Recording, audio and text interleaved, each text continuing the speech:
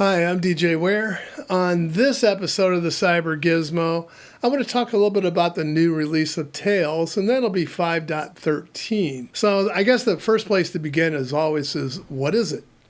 Tails is an acronym for the Amnesic Incognito Live System. It is a Debian-based Linux distribution that's aimed at preserving privacy and anonymity. It does that by connecting to the internet via Tor, and also offers some Tor socks and other socks proxies to protect other applications when they're accessing the internet too, like mail and messaging and so forth. So Tails leaves no footprint. It keeps no data or any logs of any system activity between sessions. Tails began as a project back in June of 2009. It is financially supported by the Tor project as well as funding from other companies and other individuals that keep it going. Tails provides major releases about once every 2 years. The last major release was in 2022, and that was 5.0, so we shouldn't expect a 6.0 until next year. Tails does provide minor release updates about every 30 days or so. So this 5.13 is a collection of minor updates that have occurred since the major update last year. Some of the system requirements of Tails: you need a 64-bit Intel AMD CPU. If you have a 32-bit machine, sorry, not going to work. You'll need at least 2 gig of memory, maybe even higher. And you need at least an 8 gigabyte USB stick, which probably is more of a problem to find today than anything else. But as long as you have at least 8 gig, it'll work just fine. Installation of Tails to virtual machines is possible, but not recommended. And the reason for that is that the virtual machine host operating system, that is the operating system that drives the virtual machines on has full view, and it logs and it collects data about what's going on with each of the virtual machines. And of course, that is a path to leak information from a Tails VM out to the real world, and you don't want that. That's not an intended thing that you would want. However, a virtual machine is always a good environment to go play with something that's new. Just don't do any useful work on it. That's all I'm saying. You probably noticed that PowerPC and ARM-based machines aren't mentioned. That's because they're not supported on Tails. Neither is RISC-V. And that that lack of support for ARM also specifically includes Mac M1 and M2-based machines. However, the older Intel-based Macs are supported to run Tails. So what are some of the changes in 5.13? So the Tor browser has been updated to 12.0.6, and that is really based on Firefox's version 102.11, and that is the ESR, or extended service release, or support release for Firefox. Also, they have added curl to the list. It used to be just wget, so now you can use curl as well. But I noticed when I was looking at it's a wrapped, and it uses a wrapper around curl. And I was looking to see if it supported Tor socks, and it does not. And there's a note in the bash file that says that Tor socks isn't being used because there have been issues found with IPv6. So they are creating an encryption layer around it. It just uses a SOCKS proxy, which is fine. I mean, that's perfectly okay. The persistent storage uses encryption, and they have migrated on 5.13. They've migrated that encryption from LUX 1 to LUX 2. However, one thing I need to tell you is that if you have migrated in place, that is, you've done an upgrade from, say, like 5.12 or 5.10 to 5.13, your persistent store is still LUX S1. or Lux 1. So just be aware of that. There is a migration utility that's coming that will move that Lux 1 to Lux 2 in June of 2023. So just a few weeks or maybe a month away. So yeah, if you could always recreate your persistent store, but then you lose any data you have stored there. So just be aware of that. Also, the windowing system, of course, is Wayland. GNOME is 3.38.5, and that is the desktop environment that is included with Tails. And this is Debian Bullseye. And I don't know when they'll get around to doing Debian 12. Also, KeePass XC is version 262. That is the password manager for those of you not familiar with it. Cleopatra is version 3.1.11. That hosts your certification. That's your certification manager, as well as it's also a crypto GUI to manage your G keys. Also, LibreOffice 7.0.42 is the version that's included with this release of Tails. And Metadata Cleaner is version 1.0.2, and we'll talk more about what that does in a little bit. I'm going to give you my list of tips for using Tails 5.13, which is based on the ones that you'll find in the documentation from the Tails team as well. So the first one is clean your metadata from files that are being shared before sending them over the internet. Now, in addition to, of course, the reason for cleaning out the metadata is things like pictures and video can have GPS or other types of tracking information in them that can be used to come back to you.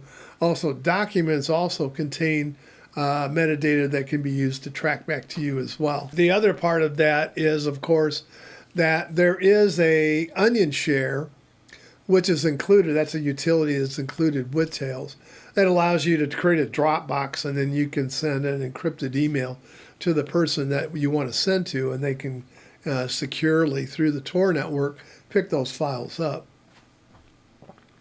One of the recommendations that the Tails team has is to only use Tails sessions for one purpose at a time.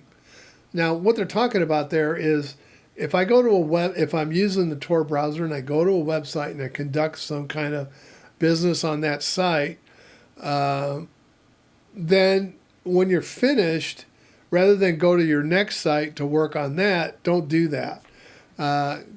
Hit the sweep button up in the right corner of the Tails browser and reset the connection so that it cleans out all the session information. Or you could simply, drop the Tor browser and restart it. So, and that will give you a fresh session each time that you and clean things out so that your next session won't be carrying any of those cookies or tracking information that some of these sites are sticking on our browsers today. So the other one is your ISP will know that you're using Tor, and they'll also probably figure out that it is Tails, but they cannot see the data that's passing through the site. Tails makes sure that they use HTTPS anywhere, everywhere. Sites that you visit know that you're using Tor as well, and the reason they know that is because the exit nodes are made public. And so a lot of them today, particularly it seems like banks and other financial accounts, are denying access if you're using Tor to attempt to access them, which is a shame, but that's what they're doing. So the exit nodes can be used to eavesdrop on data being sent because all of the Tor encryption comes off at the exit node. And that's why it's important that Tails uses HTTPS everywhere in order to keep that data encrypted while exiting the Tor network.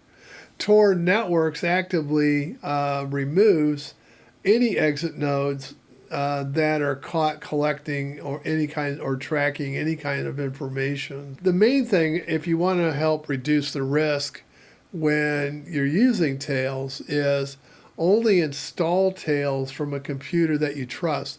When you're downloading the initial image or ISO file, make sure that you're on a trusted network and a trusted computer when you're doing that. Don't go to your local coffee shop or whatever and jump on one of their computers and then stick a jam a USB in and then bring down Tails and expect that it's going to remain secure. Chances are it probably isn't. So always install Tails from a trusted operating system.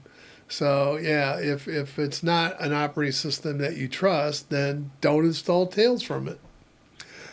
Do not plug your Tails USB stick while another operating system is running on the computer. So if say you have a Linux distribution that's up that's not Tails, don't plug it in while that other machine is active. And also, if you're on Windows or Mac OS, same thing. Don't do that.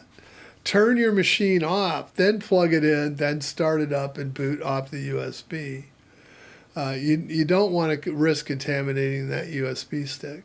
So the other one is use your USB stick only to run Tails. Don't use that, I forget the name of it, but Veritoy or something like that. Don't use that kind of thing in storing the ISO image on it. You don't know. I mean, that thing is first of all, it's based on Windows. You don't know can you trust that? Do you know that you can trust that? And because there are other operating systems on it, one of them may be contaminated, and it in turn could contaminate your Tails environment as well. So yeah, don't just put Tails on the USB stick and nothing else. If the computer you're using is a public computer, no one knows the state of those things, so don't go to Tails and download Tails and jam your USB in there, and yeah, don't do that. That's just not a good idea. However, if you want to use public computers and you want to torify that connection, the only advice I can give you to help mitigate some of the risks that you might have is create a USB stick specifically for public use and only use that on public computers. I mean, I would even go so far as, let's say you're planning a trip and you're going to be in a hotel for a while and you're not going to bring your laptop with you. You can take the key with you and use the public ones that are provided by the hotel. Usually there's some room that's down on the main floor that will have those in there. Make sure, though, that you're only using that special key. Don't put your normal one in there. Just use that as a special key. And when you're done with your trip, destroy the USB. So my final thoughts. What do I think about Tails? I think that Tails offers a reasonable amount of security and privacy. Is it the best? No.